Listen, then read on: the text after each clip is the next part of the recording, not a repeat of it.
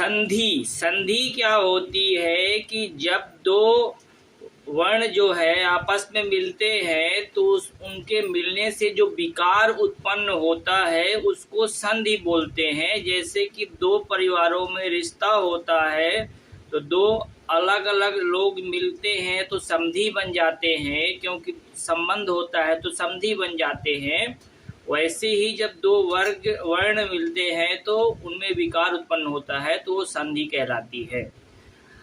और संधि विच्छेद क्या होता है कि जब उन्हीं वर्णों को अलग अलग किया जाता है और इस वे से अलग किया जाता है कि उनका सार्थक अर्थ निकले तो उसको संधि विच्छेद कहते हैं। अब होता क्या है जनरली कि जब इस जो है तो जो संस्कृत जो है वो विद्वानों की भाषा है, तो विद्वानों की भाषा है तो जितने भी शास्त्र लिखे गए हैं वो संस्कृत में लिखे गए हैं। तो अगर हम सब शास्त्र पढ़ने जाते हैं तो क्योंकि इतने लंबे लंबी लाइनें एक साथ लिखी हुई होती हैं कि वो उनको आदमी पढ़ नहीं पाता है।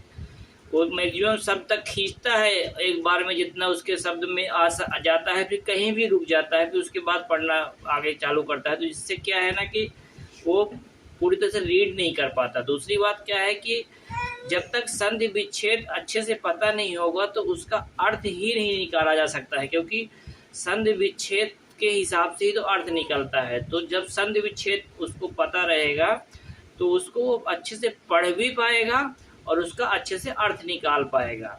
नहीं, अगर ऐसा नहीं सीखेगा तो वो एक तरह से जैसे कुपढ़ लोग अर्थ निकालते हैं उसी बेस से वो अर्थ निकालता रहेगा। तो जो संधि होती है तो वो कितने टाइप की होती है, तो जैसे कि इसमें संधि जो मेन होती है वो 3 टाइप की होती है। एक स्वर संधि, दूसरा व्यंजन संधि और तीसरा विसर्ग संधि। स्वर संधि क्या होती है कि जिसमें स्वर और स्वर का ही मेल से जो शब्द बनता है उसको बोलते हैं स्वर संधि। व्यंजन संधि क्या होती है कि जब एक स्वर रहेगा और एक व्यंजन रहेगा उसके मेल से जो शब्द बनेगा उसको व्यंजन संधि बोलते हैं। विसर्ग संधि क्या होती है कि जब किसी भी शब्द के लास्ट में आप देखते हो 2 डॉट बने रहते हैं वो विसर्ग कहलाता है। तो विसर्ग के बाद कोई भी स्वर रहे या व्यंजन रहे, जब ऐसी कोई संधि होती है उसको विसर्ग संधि बोलते हैं। अब जो स्वर संधि है वो बेसिकली जो इसका मेन पार्ट है वो 5 होता है, बाकी तो वैसे 8 होता है, पर जो मेन है वो 5 होता है। 5 टाइप की होती है स्वर संधि। तो उन 5 टाइप में जो है वो पहला टाइप है जो दीर्घ होता है, उसके बाद गुण होता है, फिर वृद्ध होता है, फिर एण होता है, फिर 5वें नंबर पे आदि होता है। ये है स्वर संधि में। तो जो दीर्घ स्वर संधि होती है उसमें क्या है कि जैसे कि दीर्घ से पता चल रहा है कि बड़ा, तो जब छोटा आ या फिर बड़ा आ के साथ जो है दूसरा शब्द जो मिलता है वो छोटा आ या बड़ा आ ही मिलता है तो उस टाइम पे वो बड़ा आ हो जाता है। वैसे ही जब छोटी ई बड़ी ई के साथ कोई छोटी ई या बड़ी ई में से कोई भी मिलता है तो वो भी बड़ी ई हो जाता है। छोटा ऊ बड़ा ऊ के साथ अगर कोई छोटा ऊ या बड़ा ऊ मिलता है तो वो भी बड़ा ऊ हो जाता है। और री के साथ अगर री मिलता है तो वो बड़ी री हो जाता है। तो इसको बोलते हैं जो दीर्घ संधि। अब इसका जो दीर्घ संधि है उसका एग्जाम्पल क्या होता है, जैसे धर्म प्लस अर्थ, तो धर्मार्थ हो गया, यहाँ पर छोटा आ बड़ा आ मिला। हिम प्लस आलय जो है तो हिमालय हो गया। पुस्तक प्लस आलय पुस्तकालय हो गया। विद्या प्लस अर्थी विद्यार्थी हो गया। विद्या प्लस आलय विद्यालय हो गया। रवि प्लस इंद्र जो है तो छोटी ई बड़ी छोटी 2 ठो मिली तो बड़ी ई हो गया तो रविंद्र हो गया। मुनि प्लस इंद्र जो है तो मुनीन्द्र हो गया। गिरी प्लस ईश जो है तो गिरीश हो गया। ये तो गुण संधि में क्या है कि जैसे कि छोटा आ और या बड़ा आ के साथ जब छोटी ई बड़ी ई मिलता है तो वो ए हो जाता है। वहीं पर जब छोटा आ बड़ा आ के साथ छोटा ऊ या बड़ा ऊ मिलता है तो ओ हो जाता है।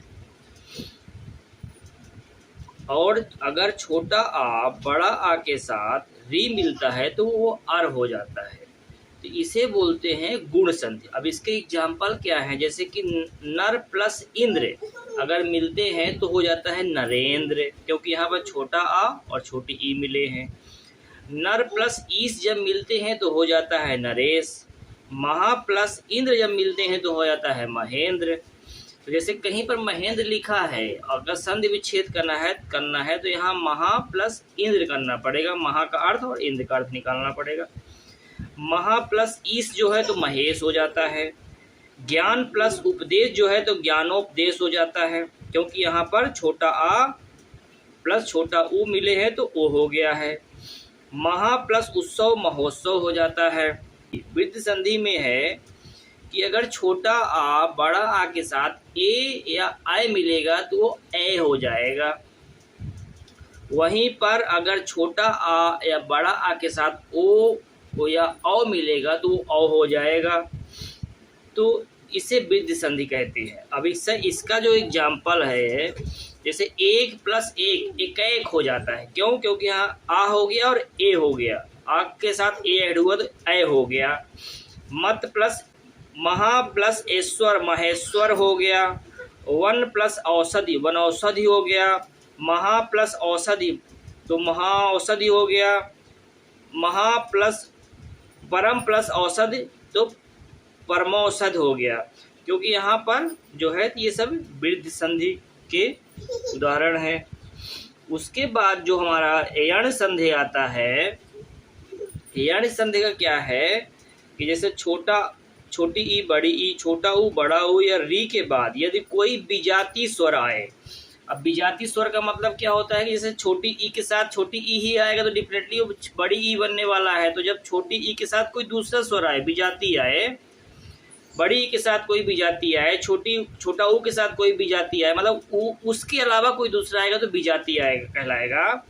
तो छोटी ई और बड़ी ई की जगह में जो है तो या हो जाएगा, और छोटा ऊ और या बड़ा ऊ की जगह में वा हो जाएगा। और री के साथ जब विजाती आएगा तो वहाँ पर जो है तो रा हो जाएगा।